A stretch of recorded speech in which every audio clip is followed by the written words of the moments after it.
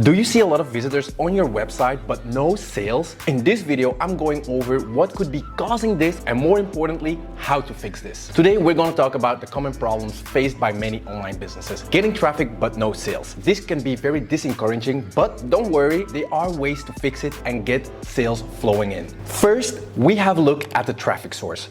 Are you getting traffic from the right place? It's important to have an understanding of where your traffic is coming from so that you can target the right audience. An example of a bad traffic source could be relying purely on social media referrals that do not align with your target audience or your product offerings. Another example can be working with an influencer whose engagements lies in countries you don't ship to. There's no use to show these people your website if they can't place an order, right? So, how do you fix this? Firstly, if you work with influencers, ask their analytics to see where the majority of their followers are coming from. If your store is focused on sales in Germany, for example, try to only work with influencers whose majority of their followers are being from Germany. That sounds simple enough, right? If your traffic source is related to ad campaigns, make sure you're using the right objective. For example, if your goal is sales, don't use a traffic campaign since these campaigns will focus on bringing a lot of traffic, but most of this traffic won't buy from your website. The second possible issue, your website. Is it facing any major issues like being slow or difficult to navigate, or other issues can be a poor website design, a lack of trust, poor product description, limited payment options, unattractive prices, a poorly targeted audience, or a lack of customer service. All these reasons can be why your visitors are not converting into customers. So how can you fix that? Start by analyzing visitor behaviors on your website. There are multiple apps and plugins that can screen record your visitors' movements on your website.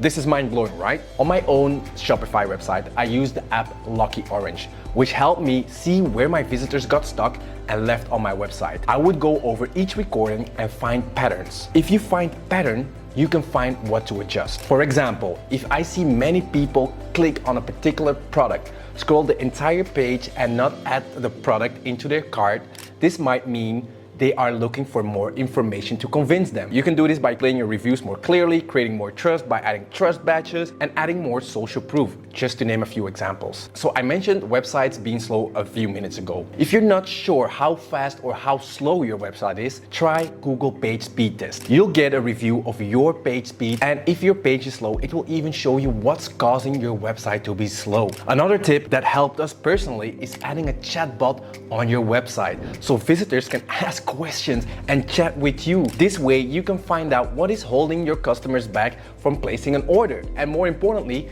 if you notice the same questions pop up regularly, this means it's a valuable piece of information that it needs to be displayed on your website more clearly. You can add frequently asked questions. I'm a firm believer a website is never finished. You always need to improve and adjust your website. This is just one of the most important parts of owning an e-commerce business. Let's move on to number 3, your offer. Is your offer tempting enough? And I'm not talking about promotions or discounts. I'm talking about the perceived value your product gives off. Is it tempting enough to make your visitors buy? Would they rather have that product than money in the bank? You want to make sure your products are represented well and that their descriptions are clear and detailed so customers can understand the value of what they're buying. For the offer to be tempting or even irresistible, you need to think, what about this product? What makes this product so special? What makes it stand out? What makes it a must-have? And what does your product have that others don't? Let's say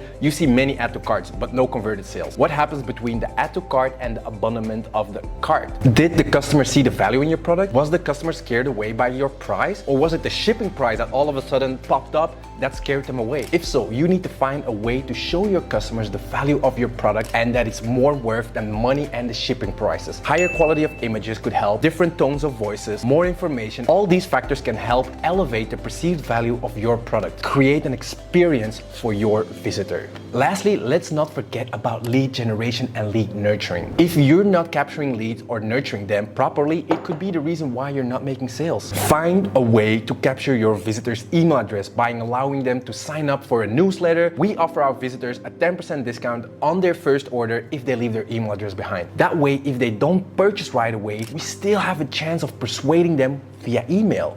They wouldn't leave their email behind if they're not interested, right? Here's where we nurture our relationship with the visitor visitor by giving them behind the scenes, telling them more about who we are so they know that we are real people, and that way we can gain more trust. Let's do a quick recap. If you're having visitors but no sales, analyze your traffic source, website, display, and fix possible issues by analyzing visitors' behavior. Make sure your offer is tempting and your visitors understand the value of your product, and bringing and nurturing leads. By addressing these issues, you can turn traffic into sales and grow your business steadily. If you need any help with your e-commerce business, please let me know. Send me a DM on Instagram or let me know in the comments. There's also a link down below to book a call with me. And thank you for watching. Don't forget to give me a thumbs up if you liked it, and then hopefully I'll see you in the next one. Badejoh out.